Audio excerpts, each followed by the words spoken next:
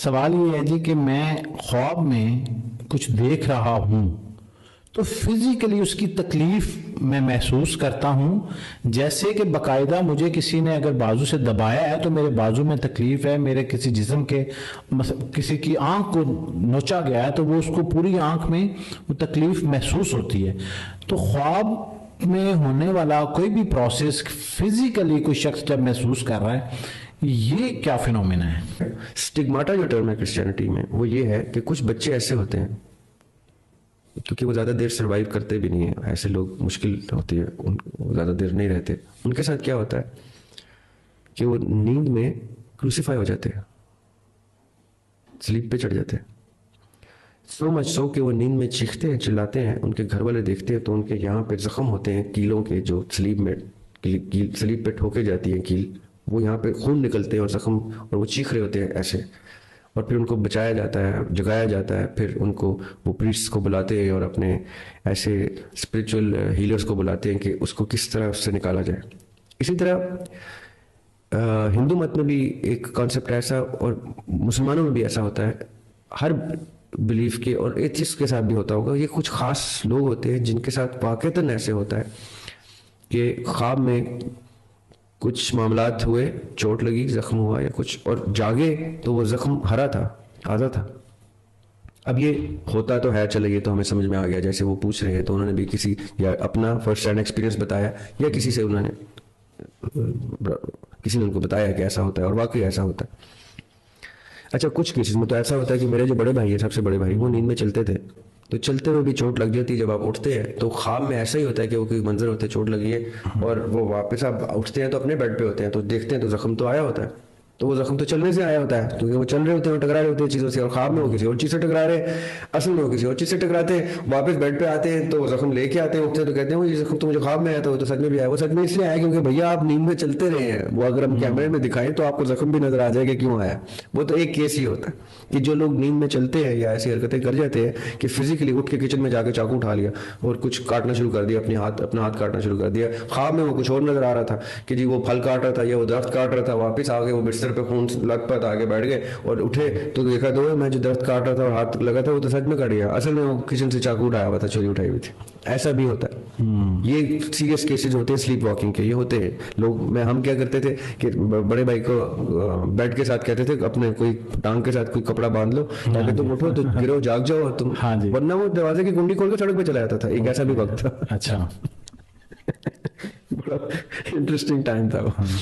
तो the point is कि एक तो ये केस होता है कि कई दफा हम नींद में उठ जाते हैं और किसी चीज से टकराते हैं, ख्वाब में वो किसी और मंजर में टकरा रहे होते हैं, जख्म आए होते हैं, और जागते में कुछ किसी और तरह, या गिर जाते हैं बेड से, चोटें लग जाती है, जागते नहीं है उसमें, उठते हैं वापस बेड में आके सो जाते हैं, जागते हैं तो जख्म आया होता है और ख्वाब से रिलेट करते हैं तो ये जख्म तो वहां से आया। एक तो बिल्कुल क्लियर केस, सिंपल हो गया। एक वो केस जो मैंने स्टिग्माटा का बताया आपको, कुछ बच्चे ऐसे होते हैं स्पेशल, कुछ लोग ऐसे होते हैं जिनको स्पिरिचुअल कनेक्शन होते हैं। एक कॉन्सेप्ट ये है जिसको मैं जाती तौर पे भी समझता हूँ कि पॉसिबल है और ये मुमकिन है कि ऐसा होता हो, कि कुछ लोगों के साथ अल्लाह ताला ने कोई ऐसे मामलात रखे हैं कि उनके ख्वाब में जो कुछ एक्ट उनके साथ हो रहा है वो अगर फिजिकली उनको यानी ऐसे भी, मैं लोगों को, मैं पता नहीं कितने लिबर्टी है मेरे पास खुल के बोलने की क्योंकि हम पब्लिक प्लेटफॉर्म पे बोल रहे होते हैं, मैं ऐसे लोगों को मिला हूं जो ख्वाब में इतना ग्रो होते हैं कि उनकी एजिंग आम बंदे से ज्यादा होती है, और वो बताते हैं कि मैंने ख्वाब में तो बड़ा उम्र गुजारी है,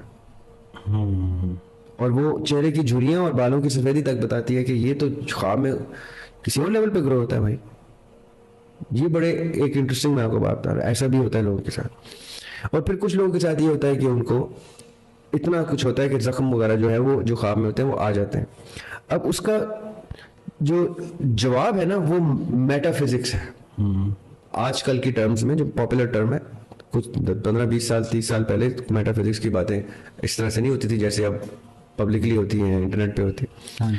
वाकईतन कई लोग जो हैं ख्वाब के अंदर इतना अपना वो रियल टू लाइफ एक्सपीरियंस करते हैं कि उनको जो जख्म आते हैं वो जिस्म पे आ रहे होते हैं, वो खराशियाँ, वो चोटें आती हैं, जब उठते हैं तो वो नुमायाँ होती हैं वो चोटें, उसका इलाज करना पड़ता है, पट्टी करनी पड़ती है, यानी बाकायदा मेडिसिन लगाना पड़ता है। ये वो लोग होते हैं जिनके ख्वाब बड़े इंपॉर्टेंट ख्वाब होते हैं, इस सेंस में कि उनको कोई नेचुरल गिफ्ट मिला है। हमने लास्ट पॉडकास्ट में भी कहा था ये बड़े मखसूस लोग हैं।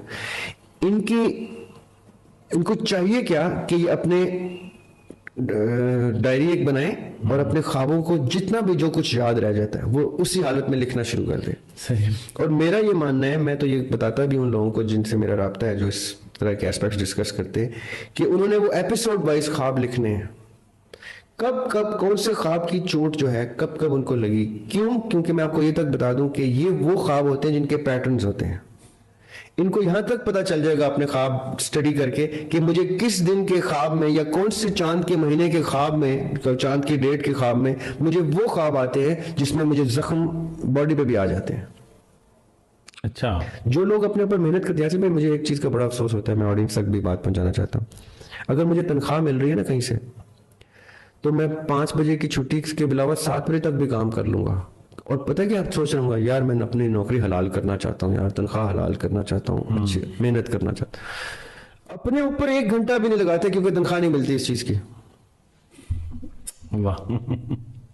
सैड बात है ना। हाँ बिल्कुल। आप यकीन करें अभी जितने लोग हमें सुन रहे हैं, including you and my self, हम सारा दिन अपने काम काज और मसरूफियात और घर वाले और ये करके एक टाइम पे थक के सो जाते हैं, कहीं पे भी पड़े पड़े, राइट? और फिर उठते हैं, फिर अगले दिन मशीन की तरह होते हैं। हम अपने आप को वो 1 घंटे नहीं दे सकते, वो 1 घंटा मैं कह रहा हूँ, ज्यादा भी नहीं कह रहा, कि जिसमें हम ये सोचें कि आज हमारे साथ दिन में क्या हुआ, हमने क्या सीखा, हम अपने मकसद से कितना करीब गए, हम कितने मीनिंगफुल थे, कितने इंपैक्टफुल थे, कितनी अल्लाह ताला से हमारी सलात एस्टेब्लिश हुई, कनेक्शन एस्टेब्लिश हुआ, कितना घर वालों से, मामलात से, माशरे से, जिस लिए आए हैं उस वो हमारा सबसे नजरअंदाज चैप्टर है। सही। राइट? तो अगर 1-1 घंटा भी ये शख्स पर्टिकुलरली जिसके साथ इस लेवल की सेंसिटिविटी बीत रही है कि ख्वाब के जख्म हरे हैं, वो जब अपने ख्वाब के रिकॉर्ड करना शुरू करेगा तो गारंटीड बात बता रहा हूं मैं आपको, उसको एक वक्त आएगा after a few months of regular practice, उसको पता चल जाएगा कि मेरे कौन से ख्वाब होते हैं, किन माह में चांद की कौन सी तारीख के ख्वाब होते हैं जिसमें मुझे जख्म तक आते हैं, वो स्पेशल फ्लाइट ख्वाब है। उन ख्वाबों को वो बहुत सिग्निफिकेंस देगा। ये मेरा जाती मशवरा है उसको, ये, and consider yourself a very special person if it happens to you, जो भी है वो शख्स।